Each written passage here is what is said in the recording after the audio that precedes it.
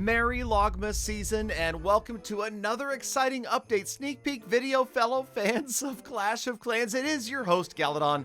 And yes, many of you in yesterday's video observed that I didn't scroll all the way down to reveal what could have been, yes, an additional super troop. The Ice Hound is coming to Clash of Clans. It is cold, it is frosty, it is that time of year. And alright, so we're going to take an in-depth look at the Ice Hound on offense, and at the end of the video on defense, some interesting defensive clan castle interactions happening with the Ice Hound. But yes, much like its fiery brethren, the Ice Hound does spawn ice pups, and I guess just think of it as a lava hound that swallowed an ice golem.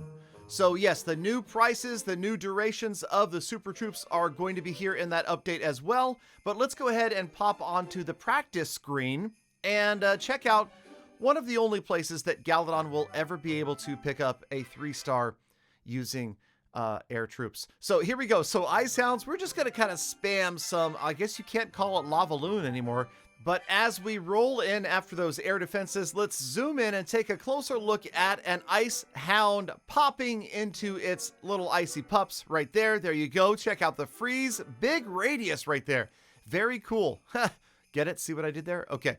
Well, while we go through the rest of this like 6-minute attack, because it did take me that long to get the 3-star, let's check out the statistics as the Ice Hound goes up against the Lava Hound. And there we can see that the Ice Hound spawns fewer units, 12 versus 18, and costs 40 housing space versus 30. But that will gain you 25% or 2,000 hit points over the Lava Hound, although it does do less damage per second.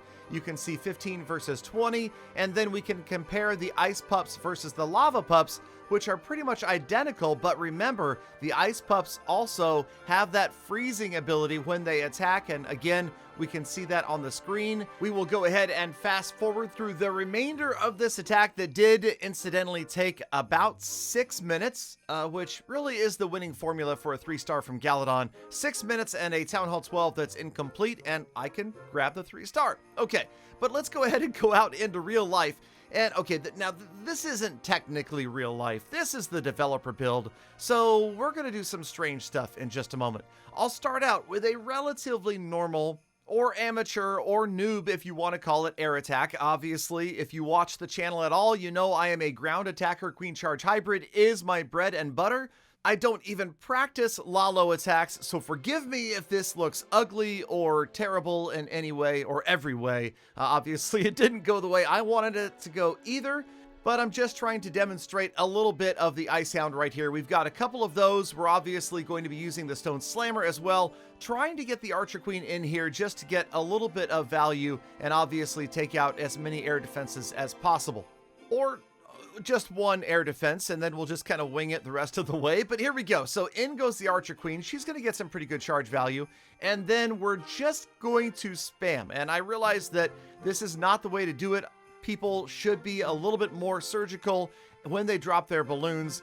We know that the Ice Hounds are going to track directly after the remaining air defenses, and the Archer Queen has created a pretty good funnel right here. We are about through a quarter of the base. Invisibility spell, don't copy that, but all right, so here we go. They roll on in. Notice they're going down already. They did not last very long, but the freeze does seem to definitely help out in the area and protect the balloons a little bit longer. Got some spammed haste spells in there, maybe an early warden ability. Like I said, I didn't expect this to be a 3-star, you guys. I'm just full on Gala-YOLOing this attack. We somehow get lucky. The Town Hall is going to eventually fall right here, and we get lucky. Okay, maybe this took more than one try, kind of like yesterday's video, but you get the point. So yes, you can see that the Ice Hound is going to be useful. Is it going to be worth the extra 10 housing space? Will players mix it up? It's hard to say.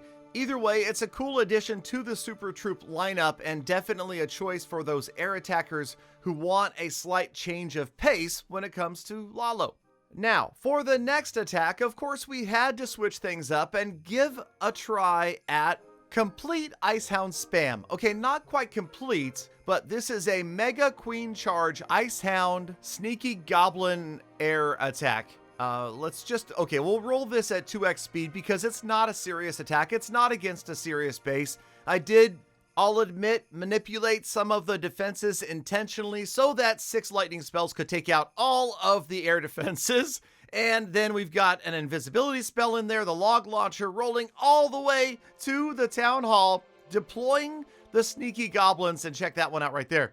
Town hall down easily, so maybe there's something in the future right there because of the damage that the log launcher will do on its way in to a town hall. It doesn't take much to finish it off as far as what is going to come out of the log launcher. There we actually had a hybrid of sneaky goblins and balloons, and surprisingly, it worked out really well. Yes, this is going to be a 3-star, but again, dev build, strange base, not realistic. Do not ever try this at home unless you're doing friendly challenges for fun.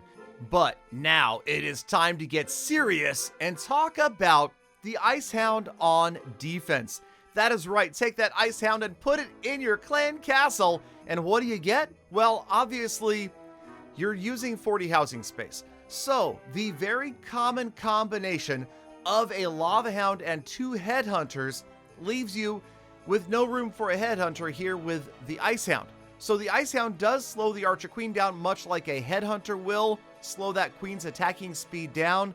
This first example is utilizing a poison and a rage spell. Of course, easily the Archer Queen gets through it, and after about 30 seconds, she is on her way through the rest of this base.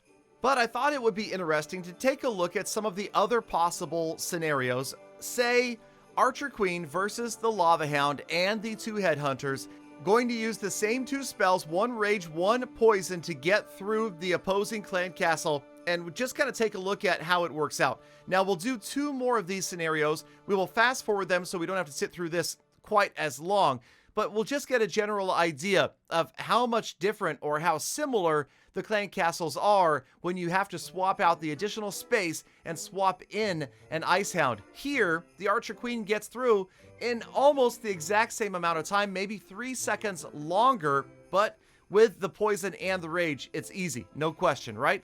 Next up, similar scenario, but now we're not going to use the poison. So the Archer Queen with her healers against the Lava Hound Headhunter clan castle using only rage.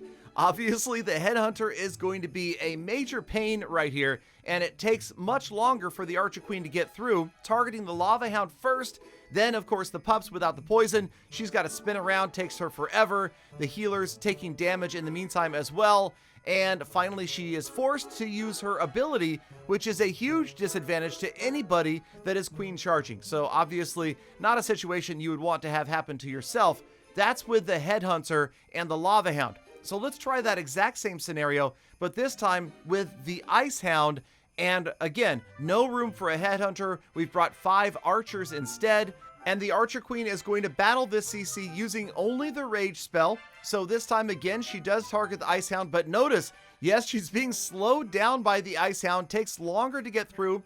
In addition, you've got the freeze, you've got the additional hit points, dealing with the pups and the freeze that they drop as well. Finally, this Archer Queen is going to get through, but the big key right here is she did not need her ability despite the fact that she only used 1 rage spell. She's going to take a little bit longer to get through the entire CC, but this really just kind of goes to show that maybe an Ice Hound CC isn't as strong as a lot of us thought it would be at first glance. It just seems like it's going to be OP, not really so far. So I guess you could say that there's a good balance right here. We'll see. One more try, this time at 2x speed. We're going to go ahead and use the poison and not the rage, okay? So first against the Ice Hound, no Headhunters. I'm going to wait to drop the poison until that Ice Hound is just about to go down right about here. There's the poison, perfect, and it wipes out the ice pups very, very quickly. The Queen moves on. We use this same strategy against the Headhunters and the Lava Hound CC, and you can see the poison, I do drop it early, and obviously we need to do that to mitigate the damage from the Headhunters, which of course leaves the poison expiring by the time the lava pups come around, but it works out just fine because the Archer Queen, even without dropping in a spare unit to help take out the pups, blasts right through and moves on. Not really that much of a difference between those two strategies. So here we go, the Ice Hound coming to Clash of Clans. Let me know what you guys think and how you use it down in the comments. Thank you for sticking around all the way to the end of the episode, Galadon fam. You know I love, think about, appreciate every single one of you every single day. So get out there, make the best of the rest of your day, be kind to other people, animals, and the planet, and I'll see you back here again tomorrow for Woeful Text.